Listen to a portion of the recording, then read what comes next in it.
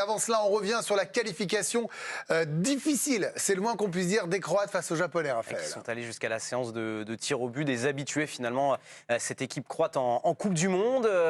Victoire après 3 arrêts décisifs déterminants dans la séance de tir au but de Livakovic, et c'est Pasalic qui va marquer le tir au but victorieux finalement dans un match qui a été équilibré, où chacun a eu son temps fort, et c'est la séance de tir au but qui a déterminé que la Croatie irait en quart de finale de Coupe du Monde. Ludovic, est-ce que la Croatie est une miraculée? Miraculé, le mot est peut-être un petit peu fort, parce qu'ils ont eu aussi une période forte, et notamment sur ce retour de deuxième période. On parlait, ils ont eu un temps un peu plus faible, les Japonais, et ils ont changé de stratégie.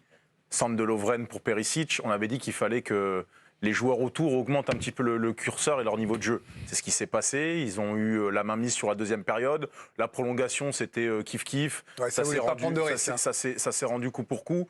Puis après la séance de tir au but, alors on dit toujours que c'est la loterie, mais bon, ils ont paru tellement émoussés, les Japonais, ils ont tellement donné que il n'y a rien qui sortait de la godasse, sur les pénaltys. Ils sont mous, les pénaltys qu'ils ont tirés. Comme c'est dénigrant pour les tireurs et les gardiens, ce mot de loterie. Non, j'aime pas. Insupportable. J'aime pas non plus. Mais c'est dénigrant pour tout le monde et pour tous les efforts.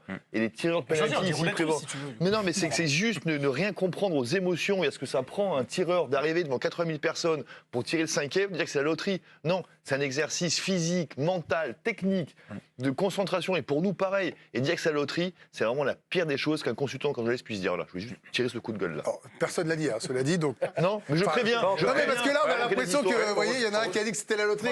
Je vous le dis gentiment la première fois. Restez calme. Tant qu'il y a une table entre nous, je peux continuer à gueuler. Djibril Cissé, je rebondis sur ce qu'a dit Ludovic Obrania quand il disait qu'il n'y avait plus rien dans la godasse. Voilà, c'est dit de manière un peu gavrochienne. Mais bon, on a l'impression qu'il y a un peu de ça, quoi. Même si il faut rien enlever au gardien croate. Ils ont couru, ils ont beaucoup donné physiquement. Après, voilà, niveau émotion aussi, ils n'ont peut-être pas su gérer. Mais c'est vrai que les pénaltys étaient... ça manquait de force, ça manquait de conviction. Et après, le gardien croate a fait... sur le deuxième qui va chercher en bas au sol, il faut y aller. Le premier... Pas très bien tiré, le premier. Pas très bien tiré, mais troisième le deuxième, il va bien le chercher. Après, j'étais déçu pour les Japonais, parce que pour la débauche d'énergie, ça méritait un peu mieux.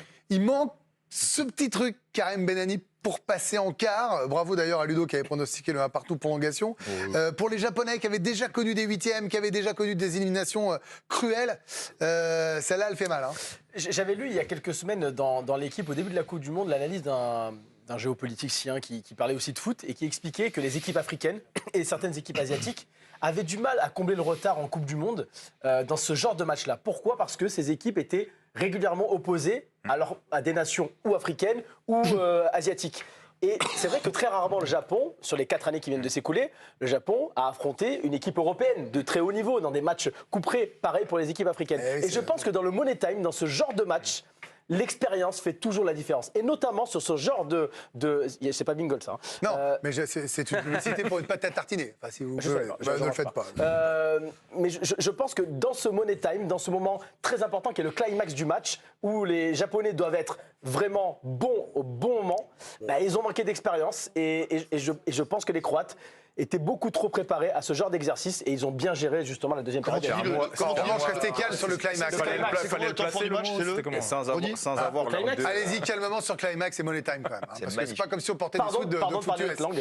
Oui, Raphaël. Oui, et pour revenir sur l'expérience croate aussi et l'inexpérience du Japon finalement, c'est un 0 sur 4 en huitième de finale de Coupe du Monde pour ces Japonais qui avaient atteint 4 fois les huitièmes de finale en 2002, 2010, 2018 et 2022. Ils ont été sortis, et expérience croate finalement dans l'exercice de la prolongation. 7 des 8 derniers matchs de la Croatie en phase élimination directe sont allés en prolongation.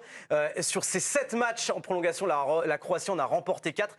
Et sur ces 7 matchs en prolongation, 4 sont allés jusqu'à la séance de tir au but. Et on a encore vu cette issue, 3 qualifs sur 4, toutes compétitions confondues en tir au but. Et 18 qui avait été incroyable. Merci Raph de mettre en valeur mes propos. Sans avoir Modric et Perisic. Et oui, parce que Modric est sorti avant, évidemment. Alors maintenant, on peut... qu'est-ce qu'il y a? Il faut retenir quoi? L'aventure qui se poursuit pour les vice-champions du monde, je le rappelle, les Croates, ou la déception pour les Japonais? Qu'est-ce qui prédomine là, chez vous, par exemple? Je suis hyper déçu. Positif, quand même. Vous êtes déçu, vous? Ouais, je suis hyper déçu.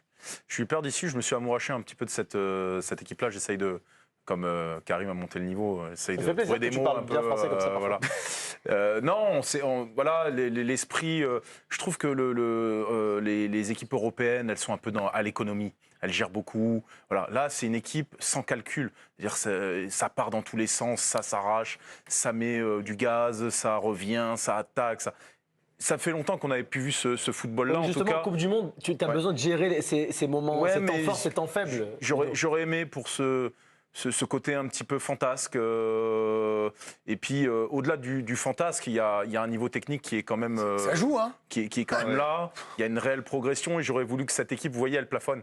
Elle est 8e. J'aurais aimé qu'elle passe le... Alors que la Croatie, tu la vois jamais arriver, elle est toujours là. J'aurais aimé qu'elle passe le cap. Tu te dis, mais eux, ça y est, ils sont vieillissants, ils sont machins, il y a moins de talent qu'à l'année dernière. Et ils sont toujours dans le coin. Ils sont durs à jouer. Ils sont toujours dans le coin. Regarde, 2018, finaliste, là, au pire quart, Ligue des Nations, ils embêtent toujours tout le monde. Et toujours, tu te dis, mais ils sont vieillissants, c'est pas renouvelé. Toi, le gardien, moi, après Subasic, j'ai vu personne arriver. Lui, je l'avais pas vu arriver. Et ils sont toujours là. Et donc, l'expérience, tu viens de dire, entre le Japon, un peu ce romantisme, ce truc où, voilà, vraiment, c'est la belle aventure, et le truc froid, pas très beau à voir, par Modric ou 2-3 autres, mais où tu dis, bon, c'est parfois un peu chiant, tu vois. Mais ils sont toujours là. Et donc la différence entre le froid réalisme européen et croate et puis le romantisme japonais, à l'arrivée, c'est toujours les mêmes qui passent. Mais il peut être fier, hein, ils les ont joués les yeux. Non, mais bien sûr. Ils les ont joués les yeux dans les yeux. Ils ont fait un super mondial. Je me rappelle, ils ont battu l'Allemagne, l'Espagne et poussé la Croatie au tir au but. Alicia. C'était exactement cette tendance-là aussi sur les réseaux sociaux. On sentait un soutien beaucoup plus fort pour les Japonais, sans doute pour le romantisme qu'évoquait Jérôme à l'instant. Énormément de réactions après cette défaite japonaise, malgré ce super beau parcours. Toujours lié beaucoup au manga, au dessin animé. Le Japon, en ce moment, qui doit être en larmes. Les Japonais, quand il faut tirer pénalty à droite ou à gauche. C'est vrai qu'il y a cette séance de tir au but qui a été commentée. Les Japonais, quand il faut tirer les pénaltys, c'est ce qui leur a fait défaut aujourd'hui, avec ces deux ratés notamment. Et oui, beaucoup d'inspiration de manga. Cet homme vient de détruire 4 ans d'écriture au mangaka de Blue Lock notamment. Cet homme, c'est le gardien Livakovic, ou encore les Japonais au pénalty. On garde malgré tout un petit peu d'humour, mais c'est vrai que la tendance, c'était vraiment on soutenait plus les Japonais aujourd'hui. On va se projeter un tout petit peu quand même maintenant qu'on a dit tout le bien qu'ils méritaient d'ailleurs des Japonais. On va parler de la Croatie, parce que la Croatie au prochain tour, c'est c'est Corée du Sud, pardon, où le Japon s'est fait, ou Brésil. Brésil, on aura une info d'ailleurs concernant Neymar dans quelques secondes. Il y a de l'espoir pour les Croates? Dur, hein. Là, ça devient dur, hein. Ouais, mais franchement, alors non, mais contre la Corée, oui, mais c'est en prévision du Brésil. Voilà. En prévision du Brésil, si jamais c'est le Brésil, moi je pense qu'il y a match. Hein. Honnêtement, ils sont expérimentés, et on l'a vu en première période. Ils sont pas au top, les Croates, mais ils arrivent malgré tout à gérer. La deuxième période, ils reviennent vite, ils reviennent fort et ils arrivent à marquer. Franchement, on donnait pas cher de leur peau depuis le début du mondial. Ils étaient dans le groupe du Maroc, de la Belgique, on le rappelle, mais ils ont fait le travail quand il fallait contre la Belgique.